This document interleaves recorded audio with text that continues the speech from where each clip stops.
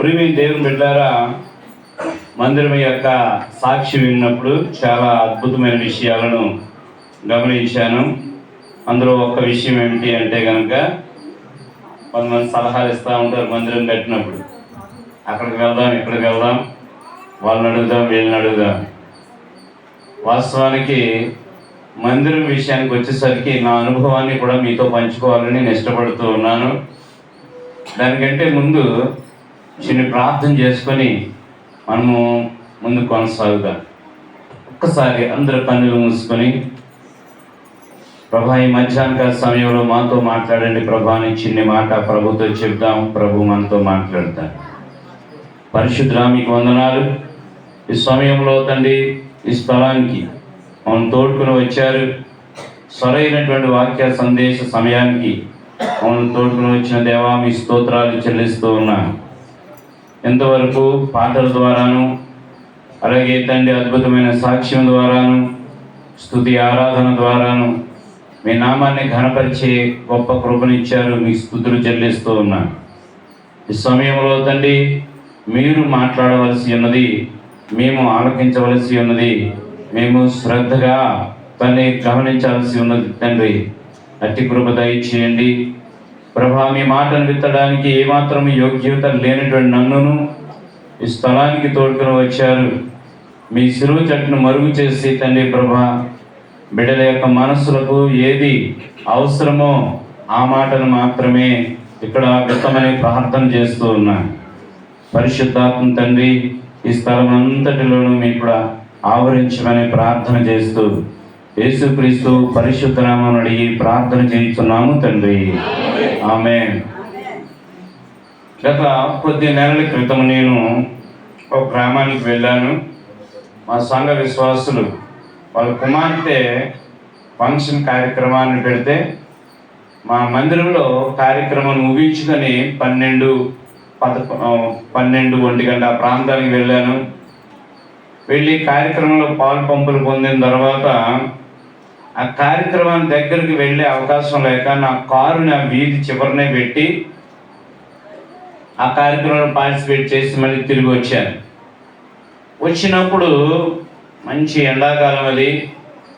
అక్కడ ఆ కారు పెట్టిన గుమ్మం దగ్గరే ఒక చక్కని ఎలివేషన్తో కూడిన మందిరం ఉంది.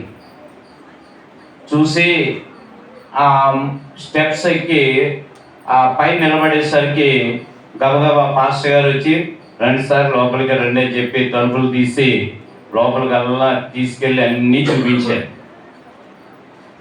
చూపించినప్పుడు చాలా సంతోషించాను. సుమారు ఆ మందిరానికి అయినటువంటి టేకు కలప ఖర్చు 70 లక్షల రూపాయలు అయ్యిందట, ఓన్లీ టేకు కలపకి. సరే, నేను సర్వసాధారణంగా అడుగుతూ ఉంటాను, ఇది ఎక్కడి నుంచి తెచ్చారండి, ఇది ఎక్కడ కొన్నారు, లేకపోతే ఎలాగా సమకూర్చబడింది అని అడిగితే పాస్టర్ గారు చెప్పిన సాక్ష్యము ఏమిటి అంటే కనుక, మా మందిరం కట్టడంలో మా ప్రయాస కన్నా మా విశ్వాసుల ప్రయాస ఎక్కువ ఉందండి అని చెప్పారు. ఇంకో మాట ఏం చెప్పారు అంటే, కూలివాని పని నిమిత్తం ₹1 నేను ఇవ్వలేదండి. మా సంఘంలో ఉన్నటువంటి బిడ్డలే కూలి పని చేశారు ఈ మందిరం కొరకు. మెటీరియల్ అంటే ఏదో బయట నుంచి కొనాలి కాబట్టి బయట నుంచి కొన్నా. స్లాబ్ వేసినప్పుడు సెంటరింగ్ కూడా మా బిడ్డలే చేశారు. ఆ మెన్ పవర్ కావాలి కాబట్టి పిక్క ఏరడం దగ్గర నుంచి, పిక్క ఇసుక ఏరడం దగ్గర నుంచి అంతా కూడా ఆ విశ్వాసులే చేశారండి అని చెప్పారు. ఆశ్చర్యం కలిగించిన విషయం ఏమిటి అంటే కనుక, సుమారు ₹1 కోటి లేబర్ ఖర్చు మిగిల్చారట విశ్వాసులు అందరూ కలిసి. నేను చాలా సంతోషించాను. నిజమే ప్రియమైన దేవుని బిడ్డలారా, మందిరము అనేది ఎవరితో కట్టబడాలి అంటే కనుక విశ్వాసులతోనే అది నిర్మించబడడం అనేది చాలా ఆశీర్వాదకరం. ఆ మందిరం యొక్క విలువ సుమారు ₹3 కోట్ల పైనే ఉంటుంది. ఇది విన్నప్పుడు చాలా సంతోషించాను. ఇంకొక విషయం ఏమిటి అంటే, మా యొక్క మందిరము పాస్టర్ గారు చెప్పారు కాబట్టి ఈ విషయాన్ని చెప్తూ ఉన్నాను. కారణం ఏమిటి అంటే, నేను మందిరం కట్టాలి, లేకపోతే మా నాన్నగారు అయితే డిఓ ఆఫీస్లో డిస్ట్రిక్ట్ ఎడ్యుకేషనల్ ఆఫీసర్గా చేసి రిటైర్ అయ్యారు. రిటైర్ అయిన తర్వాత ఆయన జాబ్లో ఉంటూ కూడా సేవ పరిచయం చేశారు. రిటైర్ అయ్యే సమయానికి శ్రీకాకుళం జిల్లాలో డిఓగా చేశారనమాట. ఆ టయానికి ఆ మందిరం పునాదుల మీద ఉంది. కానీ మా నాన్నగారు రిటైర్ అయిన తర్వాత కొంత డబ్బులు వచ్చాయి. ఈ డబ్బులన్నీ పట్టుకెళ్ళి మా నాన్నగారు ఏం చేశారు అంటే కనుక రాజమండ్రిలో ఒక స్థలం కొని మందిరం కట్టారు. ₹1 నాకు కానీ, మా తమ్ముడికి కానీ, మా అమ్మగారికి కానీ ఇవ్వలేదు. నేను చాలాసార్లు చెప్పాను, నాన్నగారు మీకు వచ్చిన డబ్బులు మాకు అవ్వద్దు, కానీ కొంత డబ్బులు మాత్రం మీరు ఏం చేసుకోవాలంటే బ్యాంకులో పెట్టుకోండి, మీకు వరకు ఫిక్స్డ్ డిపాజిట్ చేసుకోండి. కారణం ఏమిటి అంటే కనుక మీరు పెద్దవారు, మీరు అవసరం వచ్చిన సమయంలో మేము ఒక్క పైసా పెట్టలేమేమో, కానీ ఈ క్యాపిటల్ అమౌంట్గా మీరు పక్కన పెట్టిన కొంత డబ్బు మీ యొక్క అత్యవసర సమయాలకు ఉపయోగపడుతుంది అని చెప్పినప్పుడు నాన్నగారు అన్నారు, దేవుడే చూసుకుంటాడు అని చెప్పి అక్కడ స్థలం కొని మందిరం పూర్తి చేయడానికి దేవుడు సహాయం దయచేశాడు. తర్వాత మా ఇల్లు సంగతి చూస్తే, మా ఇల్లు ఏ పక్కకి వెళ్తే ఏ పెంకు అంటే మా ఇల్లు ఉంటుంది, ఆ ఇంటి మీదే మందిరం ఉండేది. ఈ మందిరం ఎలా ఉండేది అంటే రెల్లుగడ్డితో కట్టాను. రెల్లుగడ్డి అంటే మీ అందరికీ తెలిసే ఉంటుంది, గాలిస్తే ఎగిరిపోతూ ఉంటుంది. ఈ రెల్లుగడ్డితో కట్టబడిన మందిరం ఎంతో కాలం సరిగ్గా లేక పెంకులు వేసాం. తాటి వాసాలు వేసి పెంకులు వేస్తే అది కొద్ది కాలానికి ఏమైందంటే పడిపోతూ ఉంది. అభివృద్ధి కనిపించలేదు. దేంట్లో అభివృద్ధి అంటే సంఘము ఎదుగులో తర్వాత ఆటంకంగా ఉంది. సరే ప్రార్థన చేస్తే తోసుకొచ్చినట్టు మా ఇంటికి దగ్గరలోనే కొంత స్థలము అమ్మకానికి వచ్చింది. అమ్మకానికి వస్తే మేము వెళ్ళి అడిగాము, ఏమండి ఈ స్థలం మాకు అమ్ముతారా అంటే సరేనండి అన్నారు. సరే మాట్లాడడం వరకు స్థలం అమ్మే వ్యక్తిని ఎక్కడ తీసుకొచ్చామంటే మా ఇంటి దగ్గరికి తీసుకొచ్చాను నేను. ఆయన ఎవరు అంటే ఒక సర్పంచ్ గారు, గొల్లపూడిలో సర్పంచ్ గారు అన్నమాట. ఆయన మా ఇంటికి తీసుకొస్తే మేము ఉండడానికి ఇల్లు ఉంది కదా, మీకు స్థలం ఎందుకండి అన్నారు మా నాన్నగారు. అడిగితే మా నాన్నగారు అన్నారు, మాకు పైన మందిరం ఉంది కానీ సరిపోవట్లేదు, మాకు మందిరం కట్టడానికి స్థలం కావాలి, కాబట్టి మీరు అమ్ముతారని తెలిసి మీ దగ్గరికి వచ్చామా అంటే అప్పటికి మాకు బేరం ఎంతకైందంటే 2004వ సంవత్సరంలో ₹1,00,000 బేరం అయింది ఇద్దరి మధ్యలోని. ఫైనల్గా మా ఇంటికి తీసుకొచ్చాను అనమాట. ఆయన అన్నారు, మీరు మందిరం కడతాను అంటున్నారు కాబట్టి నా వంతు భాగం ఉంటుంది, ఒక ₹15,000 తగ్గించేయండి, ₹85,000 ఇవ్వండి, మిగతా 15,000 బహుశా మీకు రిజిస్ట్రేషన్ ఖర్చులు అవుతాయి, అలా సర్టిపెట్టుకోండి అన్నారు. ప్రియమైన దేవుని బిడ్డలారా, అలా స్థలం సమకూర్చబడింది. తర్వాత ఇంకో స్థలం, వేరే స్థలం ఉంది మాకు. ఆ స్థలాన్ని అమ్మితే ఇక్కడ మందిరం సంపూర్ణ చేయబడింది. ఇప్పుడు ఉన్న విషయం ఏమిటి అంటే కనుక ఈ స్థలము, ఈ మందిరము ఇప్పుడు నాన్నగారు ఇది నీది అని చెప్పేసి అప్పగించారు, రాతపూర్వకంగా కూడా అప్పగించారు. ఈసారి ప్రార్థన చేయడం మొదలుపెట్టాం. ఎందుకంటే కనుక ఇక్కడ పరిస్థితి ఎలా ఉందో నాకు తెలియదు, కానీ కాకినాడలో ఉన్న పరిస్థితి ఏంటయ్యా అంటే కనుక ఒక మందిరాన్ని ఎవరైనా సరే రెనోవేషన్ కొరకు దాన్ని డిస్టర్బ్ చేస్తే, అంటే తీసివేసి మళ్ళా కడదామని ప్రయత్నం చేస్తే ఈ లోపల కొంత ఆటంకవాదులు వచ్చి ఏం చేస్తున్నారంటే మందిరాలు కట్టనవట్లే. ఇది చాలా ఇబ్బందులు ఎదుర్కొంటా ఉన్నాం.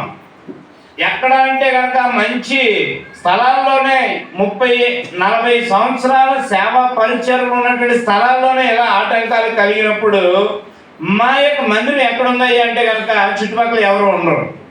నాకు ఆలోచన వచ్చింది, ప్రార్థన చేశాను. ఏమిటి అంటే కనుక ప్రభువా, ఇక్కడ నేను పైన మందిరం కట్టాలనుకుంటున్నాను, కింద మందిరం కాదు నాకు కావాల్సింది, పైన విశాలంగా రావాలి ప్రభువా అని చెప్పేసి ప్రార్థన చేస్తే దేవుడు కొద్దిగా మార్గాలు తెరిచాడు. ప్రియమైన దేవుని బిడ్డలారా, నేను బయటికి ఎక్కడికి వెళ్ళా అంటే నేను మందిరం నిర్మించుకుంటున్నాను, ఎవరైనా సహాయం చేయండి అని ఎవరిని కూడా నేను మాట్లాడలే, ఎవరితో కూడా అడగలే. ఒకే ఒక వ్యక్తిని అడిగాను. ఆయన ఎందుకు అడిగాను అంటే కనుక, ఆయన పిఠాపురంలో పెద్ద డాక్టర్ గారు, ఆయన మందిరాలు కట్టడానికి సాయం చేస్తున్నారని చెప్పేసి వెళ్ళి అడిగితే, నేను వెళ్ళి సమయానికి ఏమైందంటే అప్పటికి కొంతమంది పాస్టర్లే సంఘాలు మందిరాలు కట్టించుకొని రెనోవేషన్ చేసుకొని శుభ్రంగా ఏం చేశారంటే అమ్మేసుకున్నారట. ఆయన చేతిని కట్టిన, ఆయన చేత కట్టబడిన మందిరాలనే. ఇది తెలిసి ఆయన ఎవరికి చేయడం మానేసిన తర్వాత నేను వెళ్ళాను. నేను వెళ్ళి ఒక ఆయన ద్వారా వెళ్ళి మాట్లాడిన తర్వాత ఆయన అన్నారు, అంతా చేయను కానీ వచ్చావు కాబట్టి కొంత ఐరన్ ఇస్తాను తీసుకో అన్నారు. ఆ ఒక్క బయట నుంచి వచ్చిన ఒక్క ఐరన్ అనగా సుమారు 2 టన్నుల ఐరన్ తప్పించి ఇంకా బయట నుంచి ఎక్కడ ₹1 మాకు లేదు. కానీ ఈరోజు సుమారు 2 కోట్ల రూపాయలు విలువ చేసేటువంటి కన్స్ట్రక్షన్ పూర్తి చేయడానికి దేవుడు సహాయం దయచేశాడు. కొన్ని ఉపవాస ప్రార్థనలో ఒక పిలుపు ఇచ్చాను. ఏమన్నాను అంటే, అమ్మ వచ్చేది చలికాలానికి మన మందిరంలో ఏసీలు ఉండాలి అన్నాను. ఇదేంటంటే అందరూ వేసవకాలానికి ఏసీలు అడుగుతారు, మీరు చలికాలానికి ఏసీలు ఏంటి అని అడిగారు. అడిగితే నేనన్నాను, చలికాలంలో కొంటే తక్కువ పడుతుంది, వేసవకాలంలో కొంటే ఎక్కువ పడుతుంది, మీరు కొంటారా అని అడిగినప్పుడు ప్రియమైన దేవుని బిడ్డలారా, వారం తిరగకుండా 4 ఏసీలు పడ్డానికి దేవుడు సహాయం దయచేశాడు. ఇదంతా ఎందుకు చెప్తూ ఉన్నానంటే, మందిరాలు కట్టడం వెనుక దేవుని యొక్క హస్తము, దేవుని యొక్క చిత్తము, దేవుని యొక్క నడిపింపు ఉంటాయి. ఇవి ఏమీ లేకుండా ఎవ్వరూ కూడా ఏమీ చేయలేరు. రానున్న దినాల్లో ఈ మందిరము మునుపటి మందిరం కన్నా అధికమైనటువంటి మహిమతో నింపబడే మందిరంగా దేవుడి మందిరాన్ని మార్చిపోతూ ఉన్నాడు. ప్రియమైన దేవుని బిడ్డలారా, ఇది మందిరం గురించి చెప్తున్న చిన్న మాట. క్లుప్తంగా ఇంకో చిన్న మాట చెప్తా. ఆ మాట ఏమిటి అంటే కనుక, వాస్తవంగా మేము పుట్టు క్రైస్తవం కాదు. 1982వ సంవత్సరంలో మా నాన్నగారు ఉద్యోగరీత్యా రాజమండ్రి దగ్గరలో ఉన్న రాజనగర్లో పనిచేస్తూ ఉన్నప్పుడు మా పక్కింట్లోనే ఒక టీచర్ గారు ఉండేవారు. ఆ టీచర్ గారు యంగ్ లేడీ, భర్త లేడీ చనిపోయాడు, 3 ఆడబిడ్డలు, 1 మగబిడ్డ, 4 సంతానంతో టీచర్ గారు ఉండేవారు. స్వాభావికంగా ఎడ్యుకేషన్ డిపార్ట్మెంట్ కాబట్టి మా నాన్నగారు మా ఫ్యామిలీ ఆ ఫ్యామిలీ బాగా కలిసిపోయారు. కానీ మాకు నాన్నగారికి నచ్చని విషయం ఏంటి అంటే, ఆ ఇంటికి ఒక పాస్టర్ గారు వస్తూ ఉండేవారు. ఆయన ఒక యవనస్తుడే. ఆ యవనస్తుడైనటువంటి పాస్టర్ గారు ఇంటికి ఎలాగైనా రాకుండా చేయాలి అని నాన్నగారి ఉద్దేశం. ఎందుకంటే కనుక ఈ యవనస్తులు ఇలా రావడం వలన రకరకాలైనటువంటి ప్రాబ్లమ్స్ వస్తాయి అని చెప్పి మా నాన్నగారు ఎలాగైనా పాస్టర్ రాకుండా చేయాలి అని 6 నెలల పాటు పాస్టర్ గారిని ఇష్టం వచ్చిన ప్రశ్నలు వేసేవారు. పాస్టర్ గారు చిరునవ్వు నవ్వి ఏమనివ్వరంటే కనుక, ఏ కోపం తెచ్చుకోకుండా బైబిల్ నుంచి మా నాన్నగారు అడిగిన ప్రతి ప్రశ్నకు సమాధానం చెప్పేవారు. 6 నెలలు ముగించబడ్డాయి. తర్వాత 7వ నెలలో ఒక బుధవారం సాయంకాలం పాస్టర్ గారు వచ్చిన టైంలో మా నాన్నగారు సైలెంట్గా ఇంట్లోనే ఉన్నారు. ఇంట్లో ఉన్నప్పుడు ప్రార్థన అయిపోయింది, వెళ్ళిపోతూ అన్నారు, ఏమండి నూకరాజు గారు ఈరోజు ఏం అడగలేదు ఏంటండి అన్నారు. ఏమనలేదండి, నేనేం అడగనండి, మీరు వెళ్ళొచ్చండి అంట్లోకి. అయితే మీకు అన్ని ప్రశ్నలకు సమాధానాలు తెలిసిపోయి అన్నమాట అని చెప్పేసి మా నాన్నగారిని పాస్టర్ గారు అన్నారు. మా నాన్నగారి ఉద్దేశం ఏంటి? పాస్టర్ గారిని ఏదో రకంగా ఆ ఇంటికి రాకుండా చేయాలని అవకాశం దొరికింది. ఏంటి అవకాశం అంటే, ఈ పాస్టర్ గారు మా నాన్నగారిని ఎలా గెలుపుతారా అని చూశారు. మా నాన్నగారు ఆలోచనకి ఆయన దగ్గరగా వచ్చారు. వెంటనే మా నాన్నగారు విరుచుకుపడినట్టుగా పాస్టర్ గారిని కొట్టి గుమ్మలోంచి తోసివేసి, కొద్దిసేపు మీ పాస్టర్ గారితో మాట్లాడితే చాలు, మీలో కలిపేసుకుందామని చూస్తారు, బాప్తిసం తీసుకుంటారా అని అడుగుతారా, నన్ను మీకు ఎంతో ధైర్యము, మాకు మా పిల్లలకి ఇంకా పెళ్ళిళ్ళు అవ్వక్కర్లేదు, ఇంకా లేకపోతే మా పెద్దలు మమ్మల్ని రానివ్వక్కర్లేదు, మీరు ఇంతే, మీతో కొంచెం సేపు మాట్లాడితే చాలు, ఏదో రకంగా కలిపేసుకోవాలని ప్రయత్నం చేస్తారని మా నాన్నగారు కోపగించి పాస్టర్ గారిని తోసివేసినప్పుడు ప్రియమైన దేవుని బిడ్డలారా, పాస్టర్ గారు తిరగబడలేదు కానీ నొచ్చుకుంటూ బాధపడుతూ ఆ స్థలం నుంచి అక్కడి నుంచి వెళ్ళిపోయారండి. ప్రియమైన దేవుని బిడ్డలారా, వెరీ నెక్స్ట్ డే జరిగిన సంగతి ఏమిటంటే మా నాన్నగారి గుండెని ఎవరు పట్టుకొని పిండేస్తున్నట్టు అవుతుంది. ఎంతగా పిండేస్తున్నట్టు అంటే ఒక గుండెని ఎవరో పట్టుకొని ఇలా నొక్కితే ఎంత బాధ అనుభవించాలో అంత బాధ అనుభవిస్తున్నారు. డాక్టర్ గారి దగ్గర తీసుకెళ్తే ఏమీ లేదండి అంటున్నారు. నొప్పి తగ్గడం లేదు. ట్యాబ్లెట్లు ఇచ్చారు. రాజమండ్రిలో ఉన్నటువంటి హై స్పెషలిస్ట్ అందరూ అయిపోయారు. కాకినాడ తీసుకొచ్చారు. కాకినాడలో ఉన్న స్పెషలిస్ట్ డాక్టర్స్ అందరూ అయిపోయారు. మిగిలింది ఇంకా హైదరాబాదే. అప్పట్లో ఉన్న ఆర్థిక పరిస్థితులు బట్టి హైదరాబాద్ ప్రయాణం కట్టే పరిస్థితులు లేరు. ఇలా వారం రోజులు గడిచింది, నొప్పి తగ్గడం లేదు. ఇంటి పక్కన ఉన్నటువంటి టీచర్ గారు వచ్చి, ఏమండి మీకు ఎందుకు వచ్చిందండి? పాస్టర్ గారిని ఎందుకండి మీరు అన్నారు? బహుశా అందుకే వచ్చిందేమో నొప్పి. నేను అన్నం కాదు, కానీ మీరు చిన్న ప్రార్థన చేసుకోండి, వీలైతే దేవుడు స్వస్థపరుస్తాడు అన్నారు. అంటే ప్రియమైన దేవుని బిడ్డలారా, మా నాన్నగారు ముఖం కిందకు పెట్టేసుకున్నారు. ఆవిడ ఏం చేశారంటే ప్రార్థన చేయమని మా అమ్మగారు రిక్వెస్ట్ చేసినా ప్రార్థన చేయలేదు. ఆవిడ వెళ్ళిపోయి ఏం చేసిందంటే, అప్పట్లో ఎర్రట్ట బైబిల్, కొత్త బైబిల్ కొత్త నిబంధన ఉండేది, పెద్దవాళ్ళకి తెలుస్తుంది. ఆ ఎర్రట్ట ఉన్నటువంటి కొత్త నిబంధన బైబిల్ గ్రంథాన్ని మా నాన్నగారి దగ్గర పంపిస్తే మా నాన్నగారు 4 లైన్లు తీసి చదివారండి. మధ్యలోంచి ఏ భాగం చదివారో తెలియదు. 4 లైన్లు చదివేసరికి అప్పటికే 4-5 రోజుల నుంచి నిద్ర లేని ఆయనకి ఒక్కసారిగా నిద్ర ముంచుకొచ్చి పడుకున్నారండి. మరుసటి రోజు ఉదయం 10 గంటలు లేచారు. మధ్యాహ్నం 2 గంటలకు పడుకున్న ఆయన మరుసటి రోజు ఉదయం 10 గంటలు లేచి స్నానం చేసి యథావిధిగా డ్యూటీకి వెళ్ళిపోయారు.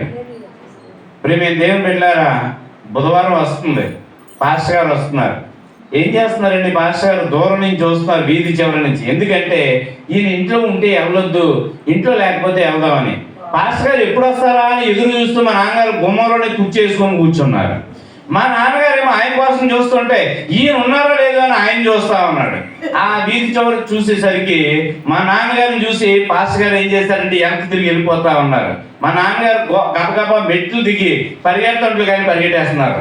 ఎందుకంటే కొట్టేస్తారేమో అని పరిగెత్తుకొని వెళ్ళి పట్టుకొని, రండి మీకోసం చూస్తున్నాను, ఆ రోజు బాప్తిసం ఇస్తానన్నారు, అది ఇప్పుడు ఇవ్వండి అంటున్నారు. ఆయనకు అర్థం కాలే, ఇదేంటిది, పోయిన వారం నన్ను కొట్టినాయనే, ఈ వారం నన్ను బాప్తిసం అడుగుతున్నాడు ఏంటి అని ఆయన చూస్తా ఉన్నాడు.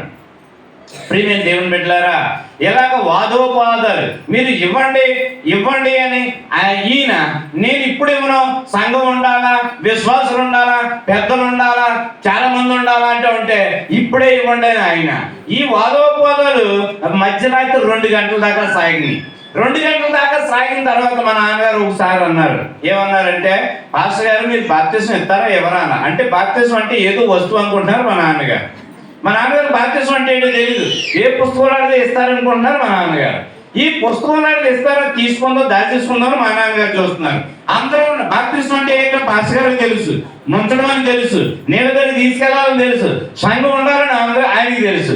ఈయన ఏం చేస్తున్నారంటే, ఈయనేమో ఇప్పుడు కాదండి అంటున్నారు, ఆయన ఇప్పుడు ఇవ్వండి అంటున్నారు. ఈయన వాదోపవాదాలు మధ్యరాత్రి 2 గంటల దాకా సాగినాయి. ఒక మాట అన్నారండి, ఆ గుండె నొప్పి మరలా వచ్చి నేను చచ్చిపోతే మీరేమవుతారు చెప్పండి అన్న. పాస్టర్ గారు భయం వేసి రాత్రి 2 గంటలకు తీసుకెళ్ళి, తప్పు రైటో తెలియదు ప్రభు, నేను చేస్తాను కరెక్టో రాదో తెలియదు, రాత్రి 2 గంటలకు బాప్తిసం ఏమంటున్నాడని చెప్పి ప్రార్థన చేసి మా నాన్నగారికి రాత్రి 2 గంటలకు రాజానగరం పెద్ద చెరువులో బాప్తిసం ఇవ్వడం జరిగింది. ప్రియమైన దేవుని బిడ్డలారా, మా నాన్నగారు ఎలాగంటే మా అమ్మగారు ఇంకా అంతే. మా నాన్నగారు ఏమంటే మా అమ్మగారు ఇంకా అంతే. ఎప్పుడు కూడా మా నాన్నగారి మాటకి ఎదురించిన మాట నా జీవితంలో చూడలేదు. అలాంటి మా తల్లి ఇద్దరు బాప్తిసం తీసుకున్నారు. తదనంతకాలం కాకినాడ ట్రాన్స్ఫర్ అయింది, ఉద్యోగం పెరిగింది, పెద్ద స్థాయికి పెరిగింది. ప్రీమియం చాలా పెద్ద స్థాయికి వెళ్ళిపోయింది. 6 జిల్లాలు హెడ్ క్వార్టర్లో వేశారు నాన్నగారిని. బాగా డబ్బులు వస్తా ఉన్నాయి. ఈసారి బాప్తిసం పక్క పోయింది, దేవుడు పక్క పోయాడు, అన్ని పక్క పోయినాయి. ఈ డబ్బులు తీసుకోవడం మొదలు పెట్టారు. ప్రీమియం దేవుని బిడ్డలారా, జరిగిన నష్టం ఏంటో తెలుసా? మాకు 3 అన్నదమ్ములు. ఆఖరుడు ఆ తన కాలంలోనే చనిపోయాడు. ఈరోజు జ్వరం వచ్చింది, మరుసటి రోజు కాళ్ళు పడిపోయి 3వ రోజు చనిపోయాడు. డాక్టర్లు దగ్గర తిరిగారు, చేతి నిండా డబ్బులు ఉన్నాయి, బ్యాగ్ నిండా డబ్బులు ఉన్నాయి. డాక్టర్ల దగ్గర తిరిగారు, నా కొడుకుని రక్షించండి అని. మా నాన్నగారు తిరిగి రాత్రి 11 దాటిన తర్వాత భుజం మీద చచ్చిపోయిన తమ్ముడిని తీసుకొని ఇంటికి వచ్చేసరికి ఇల్లంతా గుళ్ళు అన్నాం. ప్రియమైన దేవుని బిడ్డలారా, మా నాన్నగారికి ఒక నెల రోజులు పోయిన తర్వాత రికలెక్ట్ అవ్వడం మొదలైంది. ఏమైందో తెలుసా? తల్లిదండ్రుల దోషములను బిడ్డలు వీడులు వేయవాడును నేనే. దేవుడు మాట్లాడాడు, అన్ని పక్కన పడేశారు. ఎవరి దగ్గర అయితే లంచాలను డబ్బులు తీసుకున్నారో తిరిగి ఇవ్వడం మొదలు పెట్టారు. ఎప్పుడైతే మా నాన్నగారు చేసిన ప్రతిదీ కూడా మా దేవుడి దగ్గర ఒప్పుకోవడం ప్రారంభించారు, ఆరాధనకు వెళ్ళడం మొదలు పెట్టారు. ఆదివారం వస్తూ ఉంటే మా నలుగురు కూడా మందిరానికి వెళ్ళడం మొదలు పెట్టారు. 1993 సంవత్సరంలో దేవుడు మాట్లాడి, 92 సంవత్సరంలో దేవుడు మాట్లాడి సేవకు పిలుచుకున్నాడు. ఉద్యోగం చేస్తూనే సేవ పరిచయం చేసి సుమారు 15 సంఘాలు నాన్నగారు కట్టారండి. పెద్ద కుమారుడిగా నేను దేవుడి సేవకు సమర్పించుకొని 1993 సంవత్సరం నుంచి 96 సంవత్సరం వరకు బైబిల్ ట్రైనింగ్ తీసుకున్నాను. 96 సంవత్సరం నుంచి దేవుని పరిచయలో పూర్తి స్థాయిలో పరిచయం చేయడానికి దేవుడు సహాయం దయచేస్తున్నాడు. సేవకుడిగా ఇంకొక అనుభవం చెప్తాను. జేబు ఎప్పుడు నిండుగా ఉండదు, జేబు ఎప్పుడు ఖాళీగా ఉండదు. జేబు ఎప్పుడు నిండుగా ఉండదు, జేబు ఎప్పుడు కూడా ఖాళీగా ఉండదు. అలాగని చెప్పి ఇంకేదో వచ్చి పడిపోతుందంటే ఎలా చూస్తాం ఏంటి అని చెప్పేసి, కానీ ఇలా చూపులోనే దేవుడు నేను ఉన్నాను అంటాడు మాతో. హల్లెలూయా. ప్రియమైన దేవుని బిడ్డలారా, దేవుడు కృపను బట్టి ఎందుకు పనికిరానటువంటి మమ్మల్ని, ఏ రకమైన యోగ్యత లేనటువంటి మమ్మల్ని, ఏ రకమైన ఎన్నికలు లేనటువంటి మమ్మల్ని శుభవార్త ఛానల్లో ప్రతి శనివారం ఉదయం 5:30 నుంచి 6 గంటల వరకు కొద్ది కాలము, 6 గంటల నుంచి 6:30 వరకు కొద్ది కాలము రక్షణ ఛానల్లో, కల్వరి ఛానల్లో దేవుడు మాట్లాడడానికి దేవుడు సహాయం దయచేస్తాడు. మొన్న డిసెంబర్ వరకు కూడా ఈ ప్రోగ్రాం శుభవార్త ఛానల్లో, రక్షణ ఛానల్లో రావడానికి దేవుడు సహాయం దయచేస్తాడు. ప్రతి శనివారం ఉదయం 6 గంటల నుంచి 6:30కు వచ్చేది.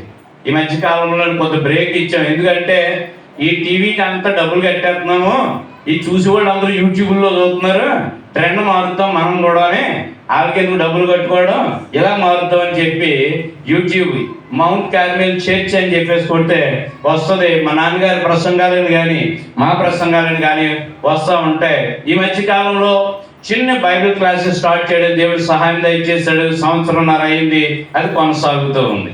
ఇదంతా ఎందుకు చెప్తున్నాను అంటే కనుక మా సంఘ పరిచయం వెనకాల ఒక అద్భుతమైన సాధన ఉందండి.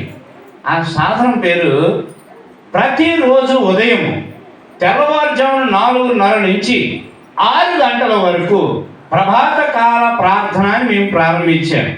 2013 సంవత్సరం నుంచి ప్రారంభించినటువంటి ఆ పరిచర్య, ప్రార్థనా పరిచర్య, ఆ ప్రార్థనా పరిచర్య నేటికి కూడా అలా కొనసాగుతూ ఉంది. దేవుడు అద్భుతకరంగా నడిపించుకుంటూ ఉన్నాడు. సంఘానికి మేము నేర్పిస్తున్న రెండవది, ఒకసారి ప్రేరేపణ వచ్చి 72 గంటల ప్రార్థన పెట్టాం. సంఘం అంతా సహకరించారు. ఏ రోజు కూడా మందిరం తలుపులు మూయలేదు, ఫ్యాన్ లాగలేదు. మందిరం నిండుగా ప్రజలు వచ్చి ఆయా సమయానికి అనుగుణంగా ప్రార్థన చేసేవారు. 72 గంటలు అంటే ఎన్ని రోజులమ్మా? 3 రోజులు. 3 రోజులు 24 గంటలు కూడా ప్రార్థన చేశాం. అయిపోయిన తర్వాత ఒక 6 నెలలు పోయిన తర్వాత 720 గంటల ప్రార్థన చేశామండి, అనగా 30 రోజులు. తర్వాత 960 గంటలు ప్రార్థన చేశాం, 40 రోజులు. ఈ మధ్యకాలంలో 1200 గంటల ప్రార్థన, అనగా 50 రోజులు కంటిన్యూగా ప్రార్థన చేయడమే. ఏ గంట విడిచిపెట్టడం ఉండదు, ఏ నిమిషాన్ని కూడా విడిచిపెట్టడం ఉండదు.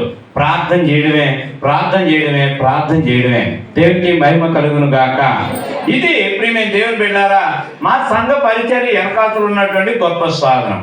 ఈ సమయంలో కొద్ది నిమిషాలు దేవుని యొక్క వాక్యంలోకి వెళ్దాం. చూడండి, మనం చదవబడిన వాక్యంలో జకరియా గ్రంథం నుంచి ఒక అద్భుతమైన విషయం మనకు కనబడుతూ ఉంది. చూడండి, 4వ అధ్యాయంలో 6వ వచనం. అప్పుడు అతడు నాతో ఇట్లనెను, జెరుబ్బాబెలును ప్రత్యక్షమైన యెహోవా వాక్కు ఇదే, శక్తి చేతనైనను బలము చేతనైనను కాక నా ఆత్మ చేతనే ఇది జరుగునని సైన్యములకు అధిపతియగు యెహోవా సెలవిచ్చి ఉన్నాడు. గొప్ప పర్వతమా, జెరుబ్బాబెలును అడ్డగించుటకు నీవు ఏమాత్రపు దానవు, నీవు చదును భూమి నగుదువు, కృప కలుగును గాక, కృప కలుగును గాక అని జనులు కేకలు వేయగా అతడు పై రాయి తీసుకొని పెట్టించను. యెహోవా వాక్కు మరలా నాకు ప్రత్యక్షమై ఇలాగ సెలవిచ్చింది, జెరుబ్బాబెలు చేతులు ఈ మందిరపు పునాది వేసి ఉన్నవి. దేవుని స్తోత్రం కలుగును గాక. హల్లెలూయా. జెరుబ్బాబెలు చేతులు మందిరపు పునాదులు వేసిను. ఎవరు వేసారటమ్మా మందిర పునాదులు? జెరుబ్బాబెలు.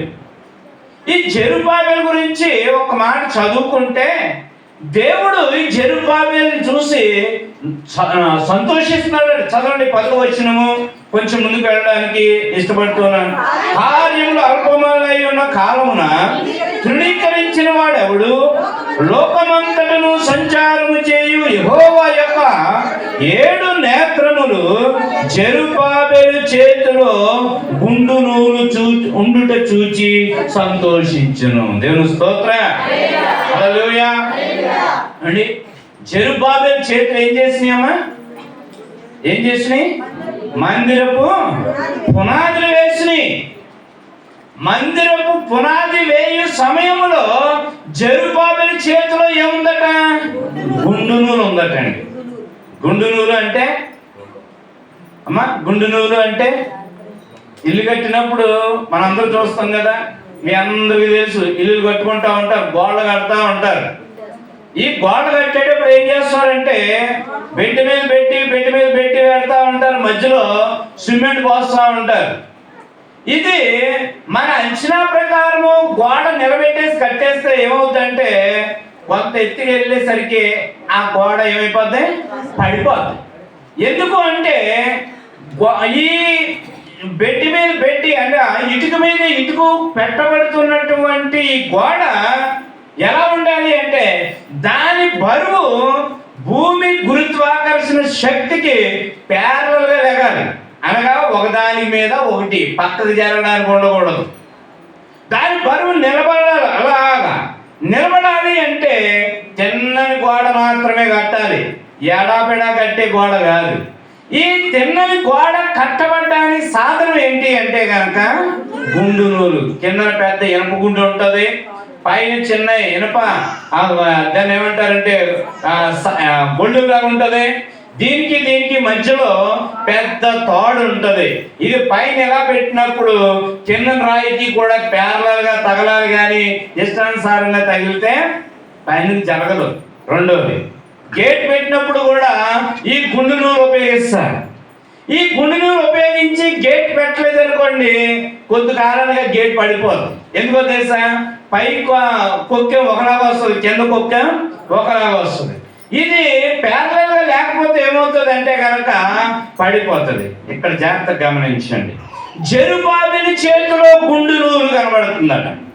అసలు జెరుబ్బాబెలు ఎవరు అంటే ఒకసారి మత్తయి సువార్త 1వ అధ్యాయం తీయండి, 11-12 వచనాలు. మత్తయి సువార్త. యూదులు బబులోనుకు కొనుపోబడిన తరువాత కాలములో యెషయా యెకొన్యానును అతని సహోదరులను కనెను. తరువాత యెకొన్యా షయల్తీయేలును కనెను. షయల్తీయేలు జెరుబ్బాబెలును కనెను. దేవుని స్తోత్రం.